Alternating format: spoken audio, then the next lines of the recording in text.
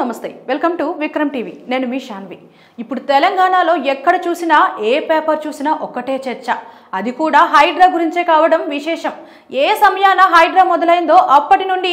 అక్రమార్కులకు నిద్ర లేకుండా పోతుంది అసలు హైడ్రా మొదలు పెట్టాల్సిన అవసరం సీఎం రేవంత్ రెడ్డికి ఎందుకు వచ్చింది కాంగ్రెస్ పార్టీ మంత్రులు హైడ్రాని సమర్థించారా అసలు ఆ పార్టీ ఎమ్మెల్యేల పరిస్థితి ఏంటి హైడ్రా వల్ల ఆ పార్టీకి ప్రజల్లో గ్రాఫ్ పెరిగిందా తగ్గిందా అసలు కాంగ్రెస్ ఎమ్మెల్యేలు మంత్రులు హైడ్రా వల్ల ఇబ్బంది పడుతున్నారా అనే విషయాలను ఈ వీడియోలో చూద్దాం తెలంగాణలో రాజకీయం అంతా ఇప్పుడు హైడ్రా కూల్చివేతల చుట్టూ తిరుగుతుంది హైడ్రాకు మద్దతుగా ప్రజలు ర్యాలీలు నిర్వహిస్తున్నారు ముఖ్యమంత్రి రేవంత్ రెడ్డి చెరువుల్ని కబ్జాల నుంచి కాపాడకపోతే తన బాధ్యతను సరిగ్గా నిర్వర్తించినట్లేనని సొంత వాళ్ళు ఉన్నా సరే వదిలిపెట్టబోనని ప్రకటించేశారు కాంగ్రెస్ పార్టీ నుంచి ఇప్పటి వరకు హైడ్రా కూల్చివేతలకు మద్దతుగా మాట్లాడుతున్న వారు చాలా పరిమితంగానే ఉన్నారు కానీ వ్యతిరేకించేవారు మాత్రం ఎక్కువగా కనిపిస్తున్నారు ఇది రాజకీయంగా కీలకమయ్యే అవకాశాలు కనిపిస్తున్నాయి కూల్చివేతలు ఖచ్చితంగా రాజకీయ అంశమేనా అంటే హైడ్రా కూల్చివేతలు చెరువుల్ని కబ్జా చేసిన వారి భరతం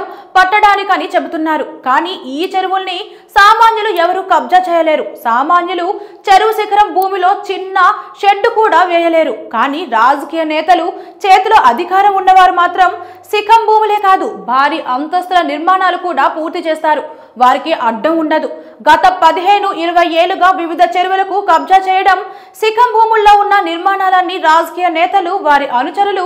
బినామీలు నిర్వాకాలే ఆ పార్టీ ఈ పార్టీ అనే తేడా ఉండదు అందరిది అదే పని అందుకే ఇప్పుడు అలాంటి కట్టడాలను కూలగొడితే ఖచ్చితంగా పొలిటికల్ ఎఫెక్ట్ వస్తుంది అది ఇప్పుడు ప్రాథమిక స్థాయిలో తెలంగాణ సర్కార్ పై కనిపిస్తోంది దానం నాగేందర్ హైడ్రా కూల్చివేతలపై బహిరంగ వ్యతిరేకత వ్యక్తం చేశారు నిజానికి ఆయన బీఆర్ఎస్ ఎమ్మెల్యే కానీ కాంగ్రెస్ పార్టీలో చేరారు ఆయన అసంతృప్తితో రేవంత్ రెడ్డికి పెద్దగా నష్టం జరిగేమీ ఉండదని అనుకుంటున్నారు కానీ హైదరాబాద్ కు సంబంధం లేకపోయినా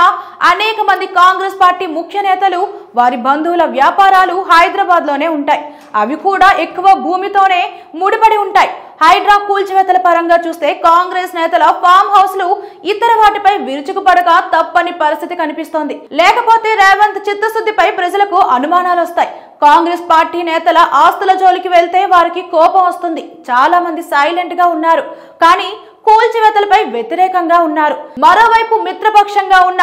మజ్లిస్ కూల్చివేతలపై తీవ్ర వ్యతిరేకత వ్యక్తం చేస్తోంది హైడ్రా కూల్చివేతలు ప్రారంభించిన మొదట్లో మజ్లిస్ ఎమ్మెల్యే ఆక్రమణలను తొలగించారు తాజాగా బండ్లగూడ చెరువులో ఫాతిమా ఓవైసీ కాలేజీ కట్టిన వైనం సోషల్ మీడియాలో వైరల్ అయింది దీన్ని ఎప్పుడు కూలుస్తారంటూ ప్రశ్నించడం ప్రారంభించారు అందుకే ఓవైసీ హైదరాబాద్ లో నెక్లెస్ రోడ్ కూడా ఎఫ్టీఎల్ లో కట్టారని కూల్ చేస్తారా అని ఆరోపించారు తమకు నష్టం జరుగుతుందనుకుంటే